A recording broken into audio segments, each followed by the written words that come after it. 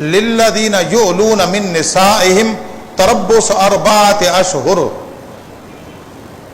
شوہر صاحب کو آیا غصہ اور اس نے قسم اٹھائی اور بیوی کو کہا، اس کو ایلا کہتے ہیں، ایلا ایلا، قسم اٹھائی، اللہ کی قسم کھا کر میں کہتا ہوں کہ آئندہ میں تیرے ساتھ وظیفہ زوجیت ادا نہیں کروں گا، میں تیرے ساتھ نہیں رہوں گا، ہم بستری نہیں کروں گا، وظیفہ زوجیت ادا، میں اللہ کی قسم کھا کر کہتا ہوں.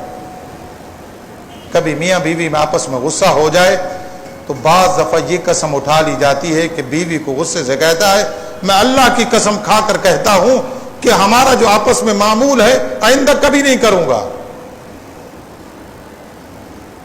اب ہوتا یہ تھا کہ زمانہ جاہلیت کے اندر لوگ یہ قسمیں اپنی بیویوں سے اٹھا لیتے تھے.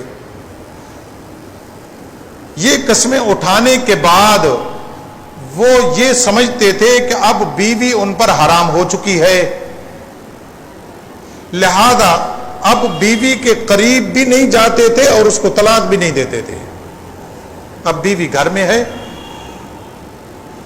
نہ اس کے ساتھ بیویوں جیسا سلوک اور نہ طلاق کہ اس کی رسی آپ چھوڑ دیں تاکہ دوسری جگہ اس کا نکاح ہو سکے، نہیں. اب ان کے ذہن میں یہ ہم نے قسم اٹھا لی تو اب ہماری صلح تو آپس میں ہو نہیں سکتی، لہذا طلاق بھی نہیں دیتے تھے. وہ بیوی بیچاری گھر میں بند ہی رہتی تھی. اللہ تعالیٰ نے اس جاہلانہ رسم کو بند فرمایا. اللہ نے فرمایا پہلی بات تو یہ ہے کہ بیوی کے ساتھ ایسی قسم مت اٹھایا کرو، اور اگر بالفرض تم نے قسم اٹھا لی اور اپنی بیوی کو یہ لفظ بول دیے تو اب دو صورتیں ہیں. بات سمجھے؟ اب دو صورتیں ہیں. ہم تمہیں 4 مہینے کی مہلت دیتے ہیں، تربص اربعۃ اشہر، اللہ کی طرف سے اعلان آتا ہے ہم تمہیں 4 مہینے کی مہلت دیتے ہیں کہ تم نے اپنی بیوی کو یہ جو قسم اٹھائی ہے اور قسم دی ہے تو ہم تمہیں مہلت دیتے ہیں کہ 4 مہینوں کے اندر صلح کر لو. اپنی قسم توڑو، کفارہ دو اور صلح سے رہو. قسم توڑو گے گناہ نہیں ہوگا، ثواب ہوگا، صلح کر لو. لیکن اگر تم نے جاہلوں کی طرح اپنی بیوی کو لٹکائے رکھا اور نہ اس سے صلح کی نہ قسم توڑی، اللہ فرماتے 4 مہینے کی مدت، 4 مہینے کے بعد ہم فیصلہ خود کر دیں گے. تربص اربعۃ اشہر، 4 مہینہ تک تم نے صلح نہ کی ہم تمہارا نکاح توڑ دیں گے. نکاح خود بخود ٹوٹ جائے گا. کسی نے اپنی بیوی کو یہ کہا کہ میں آئندہ تمہارے ساتھ ہم بستری نہیں کروں گا اور اس قسم کو نہیں توڑا، 4 مہینے گزر گئے، 4 مہینے کے گزرتے ہی نکاح ٹوٹ جاتا ہے، ختم.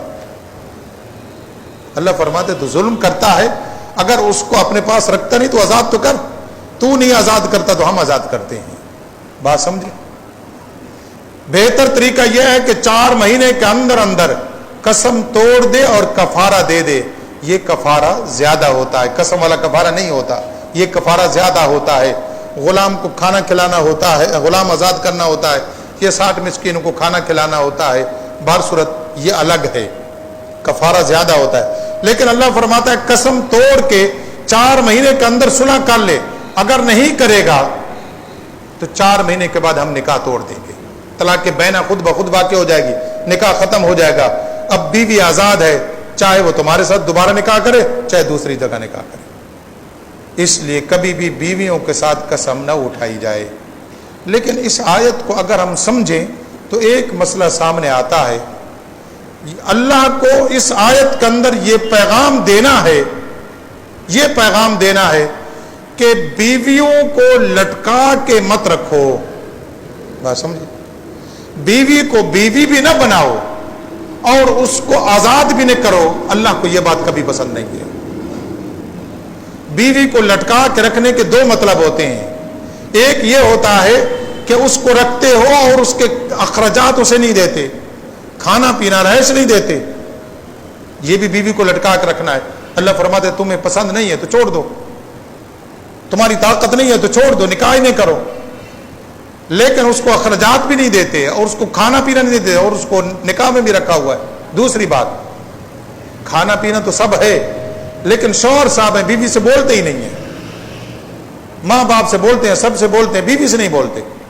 اب مہینوں کا مہینہ گزر جاتے ہیں، سالوں کے سال گزر جاتے ہیں، شوہر صاحب بیوی کو لفٹ نہیں کراتے. اللہ فرماتا ہے یہ ہم نے تمہارے نکاح میں دی ہے، اس کو اپنے ماں باپ سے ہٹا کر تمہارے گھر میں ہم نے رکھا ہے تو اس کی حفاظت بھی ہم کریں گے. یاد رکھیں اس سے ہم ناراض ہو جائیں گے. یہ تم کیا کرتے ہو؟ یا تو اس کو آزاد کر دو یا اس کے ساتھ جو شریعت میں رہنے کا طریقہ اس طریقہ سے رہو. یہ شرعی اصول ہیں. اور کچھ لوگ وظیفہ زوجیت قابل بھی نہیں ہوتے اور پھر بھی بیوی کو گھر پہ رکھتے ہیں. اللہ نے اس سے بھی منع فرمایا. اللہ تعالیٰ فرماتا ہے اگر بیویوں کو گھر میں رکھو اچھے انداز میں رکھو، اچھے اخلاق سے رکھو. حضور اکرم صلی اللہ علیہ وسلم نے فرمایا تم میں سے سب سے بہتر وہ ہے جو اپنے گھر والوں کے ساتھ سب سے بہتر ہو کر رہتا ہے. اللہ تعالیٰ ہم سب کو قرآن پاک کی ہدایات سننے، سمجھنے اور اس پر عمل کی توفیق عطا فرمائے. اللہم صلی علی